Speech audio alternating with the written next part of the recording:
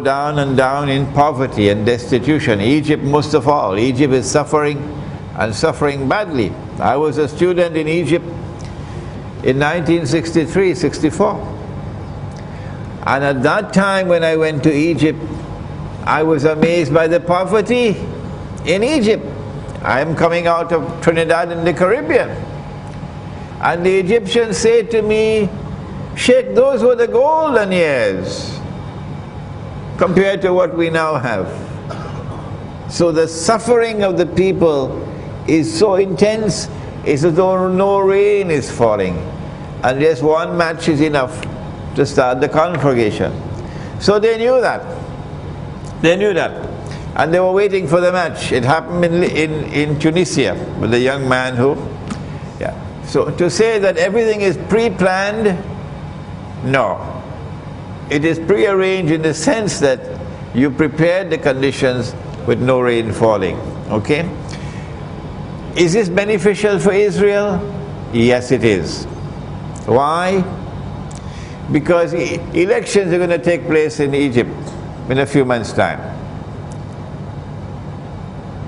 The Islamic movement is going to win. We know that already. An Islamic government is going to come to Egypt, so-called Islamic government. What's the first challenge it will face? Gaza. These are your brothers in Gaza. You have to reach out to help them. And then Israel is going to raise the cry of terrorism, that Egypt is supporting terrorism. You want this so you can launch your big wars while yet declaring that you're only defending yourself. Go ahead. Under what circumstances and when Gog and Magog will get loose and get break from their... If you follow the wrong methodology, you will focus on one hadith, one solitary hadith in Sahih Muslim, which says that after Nabi Isa alayhi salam kills Dajjal, فَبَعَثَ اللَّهُ, Allah will then send. It doesn't say Allah will release. No, it says Allah will send Gog and Magog.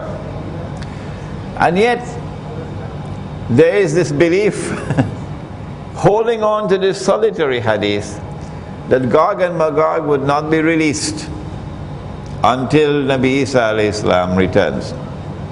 If they're not released, then therefore the barrier, the radam built by Zulkarnain is still intact, and they're behind that barrier, built of iron. Well, I say, why don't you go and search for it? Nobody has seen it in 1400 years. That barrier was destroyed in the lifetime of the Nabi Muhammad alayhi salatu wasalam. But yet, Islamic scholarship is holding on to a solitary hadith using the lazy man's methodology. This book explains the subject. Last question? We know that the Dajjal al-Masih will not be able to enter Makkah and Medina. When he appears in human form. Yes. At that time, go ahead. So how are we going to relate it to current situation? Why is unable to enter? Because he will conquer the rest of the world. Okay, please elucidate this hadith. Dajjal is already in Makkah and Medina now. Oh yes. But not in human form.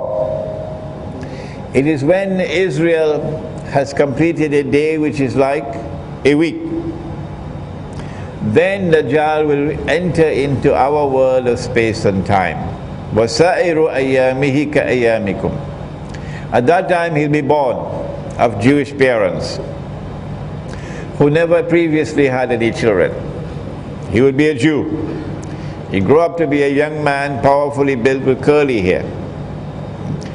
And at that time, the attack will take place. He will attack Mecca and Medina. The angels are going to bar him. How is he going to come? Nabi Muhammad ﷺ pointed 20 times to the east. He's going to come from the east. And he could be riding on a donkey. And the donkey will travel as fast as the clouds, and the donkey would have his ears stretched out wide. This is the crucial problem now. We say that this is religious symbolism, and this flying donkey is the modern fighter aircraft. But they, the Salafi, say no, no one has the authority to interpret anything of religious symbolism after Nabi Muhammad alayhi salatu wasalam. And so they're waiting for the flying donkey. Okay? And so when Dajjal is in human form, at that time he cannot enter Makkah and Medina. But at this time, before he enters into our world of space and time, he said to Tamim al-Dari, the hadith is in Sahih Muslim, that when I'm released, because he's still in chains, this book will explain it to you, I will enter every town and every city. Every town and every city means including KL. But notice he didn't mention Kampung. He didn't mention Kampung. And so we say that there is safety for us, for our faith, for preservation of faith, safety in getting out of the cities and moving to the remote countryside. Number two, the army which is going to liberate the Holy Land is not going to come out of KL. No. That army will comprise of people who have no fear of death. I read a work, I'm reading a work about the Islamic resistance in Mindanao. How many centuries they fought? And they defeated Spain in Mindanao. And the American writer who wrote about this history, he said about these Mujahideen in Mindanao, what was remarkable about them was none of them had any fear of death. None. You can't produce that kind of people today.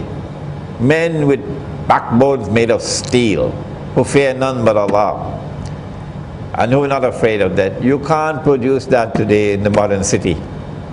You got to go back to Kampung, go back to the remote countryside, and build a life which is free from the attacks of Dajjal. And these are the people who will liberate the Holy Land.